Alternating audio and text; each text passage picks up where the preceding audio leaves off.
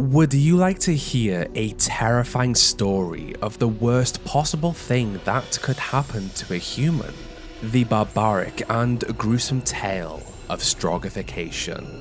Arguably a process much worse than the creation of the Stalkers in the Half-Life series, mutilated humans transformed into mindless machines for their masters. The Quake universe is full of chaos, body horror, and pain. The perfect series to explore for Halloween. In this universe, there was a fate worse than death that the human population were aware of, yet some still put themselves into a situation that could put them into this nightmare experience in the hope that they could save humanity in the process. What was Stroggification? What makes it so terrifying? And is it really the worst fate imaginable? Here, we explore the lore and story behind Stroggification. Out in the vast universe, the Strogg Empire explored space in search of biological life. This cybernetic species came from a barren, wasteland planet called Stroggos, a world mined of its resources and wildlife corrupted by the fumes of the many factories that filled the surface. The Strogg were a species of war. It was all they had ever known, and due to their exploration of the many fields of science, they had discovered spaceflight, teleportation technology, and most importantly, how to manipulate their own biological structures in order to become stronger. This was not a species that anyone else in the universe would want to encounter. They had just one goal: to fuel their war machine with new organic material. The Strogg were led by their supreme leader, dubbed the PATRON. Their technology predominantly focused on biological research and technology, and in their goal to conquer and use all biological life for their advancement, the PATRON's orders were relayed through a central nexus, and these orders could not be disobeyed. From this nexus, each Strogg was connected to the Strogg hive mind, and thus, they were given information about the rest of the armies, technology, and languages. This made the Strogg a devastating foe to encounter. On Earth in 2065, the Strogg first encountered humanity. At first, during this invasion, humanity believed that the Strogg had come to their planet for their natural resources. However, it soon became apparent that these alien invaders had actually come for them. This was the start of the conflict between Earth and Stroggos that would last for many years, a conflict that would cost countless lives on both sides. In the first conflict, the Strogg wiped out millions of human lives with their advanced technologies, and with them, they took many prisoners to Stroggos. Although in a weakened state, Earth chose to retaliate and attack Stroggos in order to remove the possibility of a future invasion. This attack did not go as planned, and once again, the Strogg captured more prisoners. These wars themselves were interesting, yet the horror of this story lies in what happened to those captured by the Strogg. The Strogg scientists had developed an inhumane, disgusting, abhorrent procedure to make use of every biological organism they encountered, and every part was used. Only those unfortunate enough to be captured by this brutal species would truly understand the horrors of the Strogg Empire. The Strogg were not a typical species. Every member of the species was a soldier in some form in the many wars they began. Despite this, they did not reproduce in the typical way. They made use of the biological components of their victims, and as the Space Marine Corps of planet Earth arrived at Stroggos to wipe out the Strogg, they gathered an understanding of what happened to the humans that had been taken. They had become Strogg. While humanity buried their dead, The Strogg instead recycled the bodies of their victims to improve themselves regardless of the species. Their factories relied on some sort of biological components to run. Human torsos and heads lined the walls, each one powered or helped run some sort of Strogg structure. It was pure horror. These humans had not been deemed worthy of the Stroggification procedure or had failed it, and so their parts had been recycled. Nothing went to waste. As the war continued, the Space Marine Corps were made aware of Stroggification.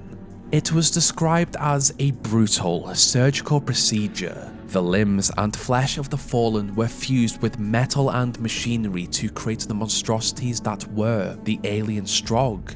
Although these units were told of the consequences of their capture, they would not know just how extreme this procedure was until they actually experienced it, but the risk was worth it in order to save the humans back home from another invasion from the Strogg. Upon their capture by the Strogg, a human prisoner was relocated to a Strogg factory, stripped into their underwear, scanned and restrained within a containment unit. This was the beginning of the Stroggification procedure, and each step would be more atrocious than the last.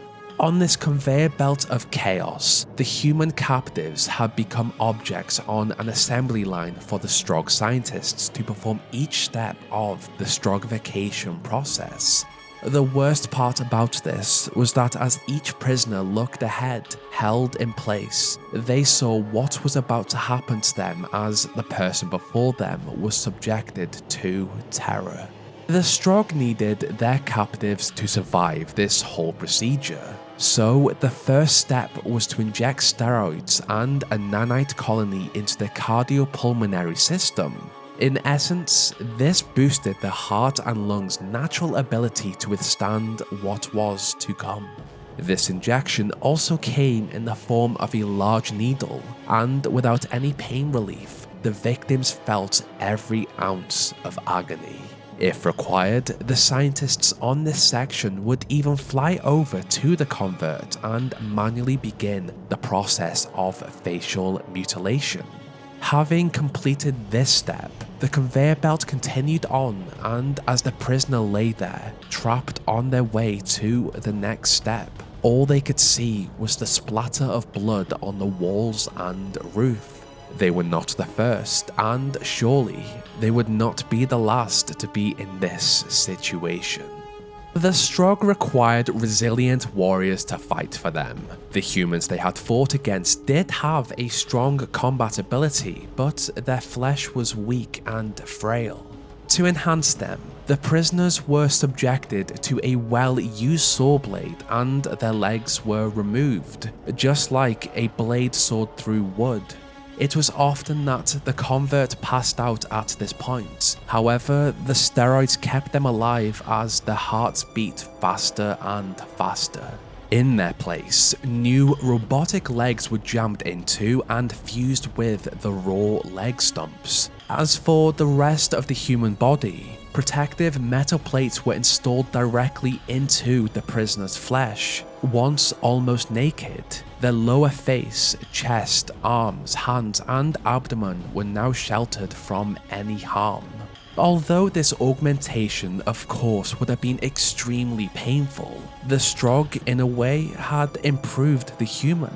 They were faster, stronger, and bulletproof to a degree.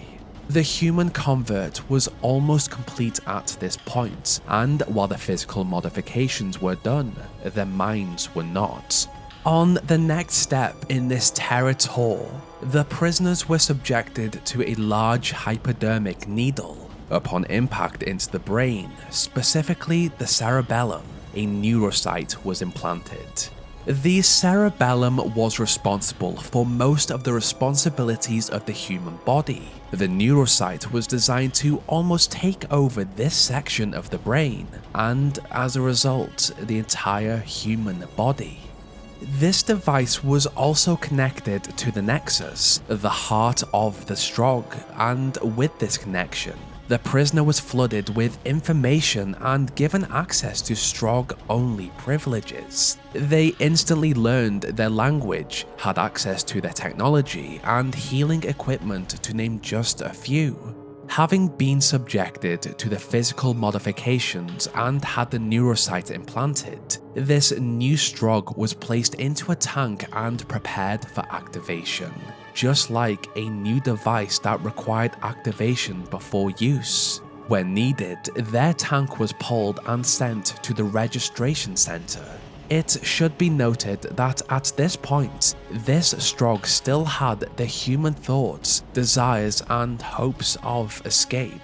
However, as soon as they were registered by the laser, their neurosight was activated, and the Nexus's direct connection took them over.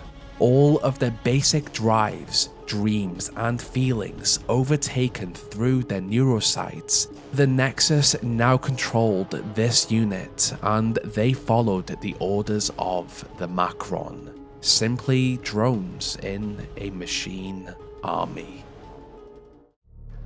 The Stroggification process was essential in the creation of new units in the Strogg army. The process itself was not perfect, sometimes it failed, yet this was not a huge issue for the Strogg. Everything could be recycled.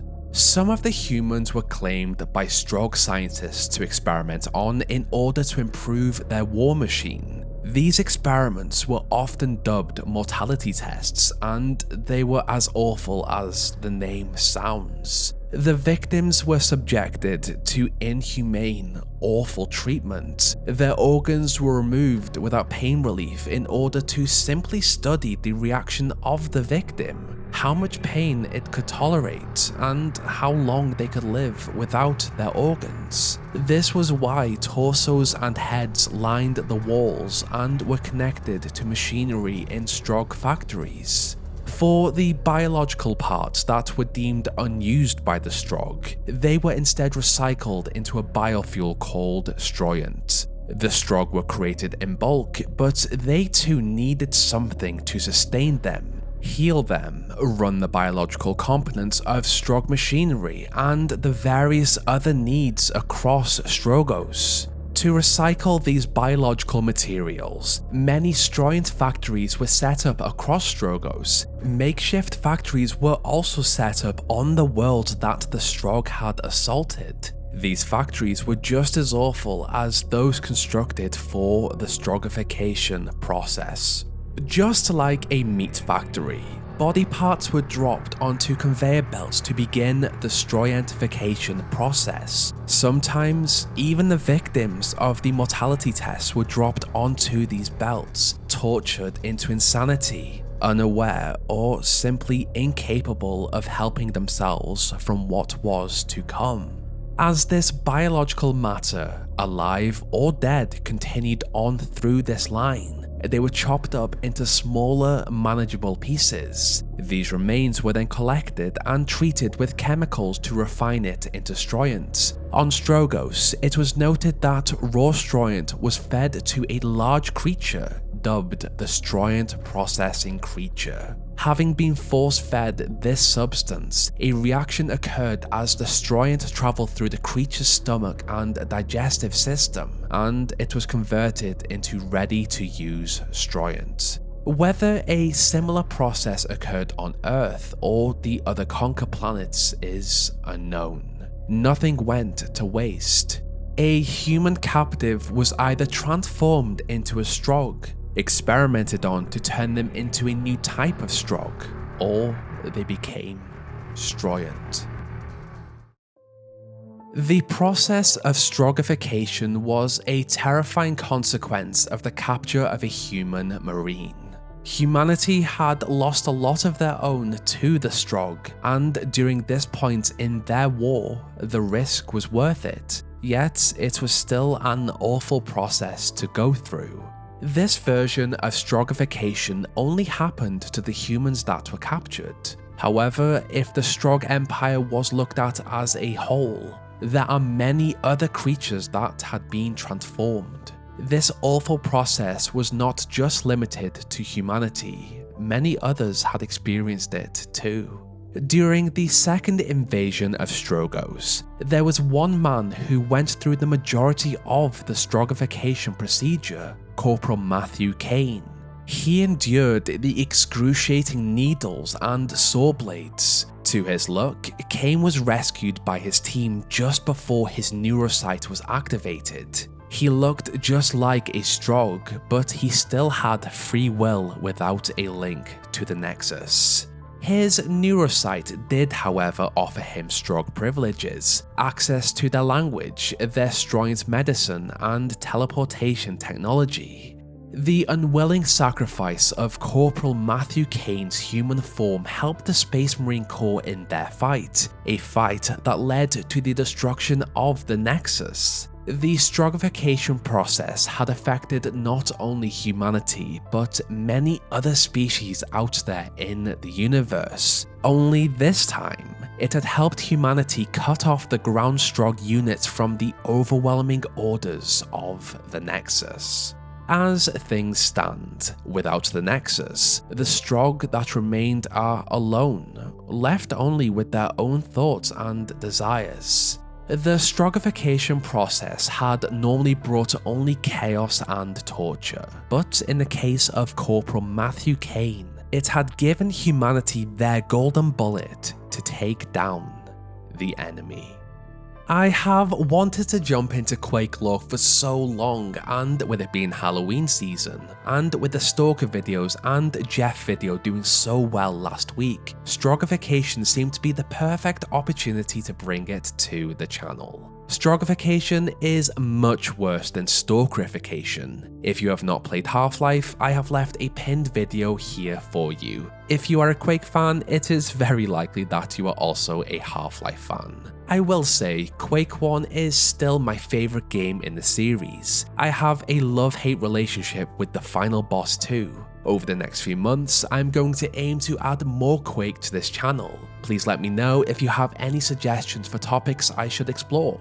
It took a lot of restraint to limit this topic to just the topic of Stroggification. There is so much in this universe to cover. The Strogg themselves, Stroggos, the war on Earth, the first war on Stroggos, and the second war. This is going to be a lore mine, and I am happy to explore it properly in the future. If you cannot tell, Halloween is my favourite time of the year. The best films are horrors and the best games have horror elements. Quake was the perfect game to cover this week. This was everything I wanted to cover. You know the drill, like this video if you liked it, dislike the video if you did not. I appreciate you watching regardless of how you felt about it.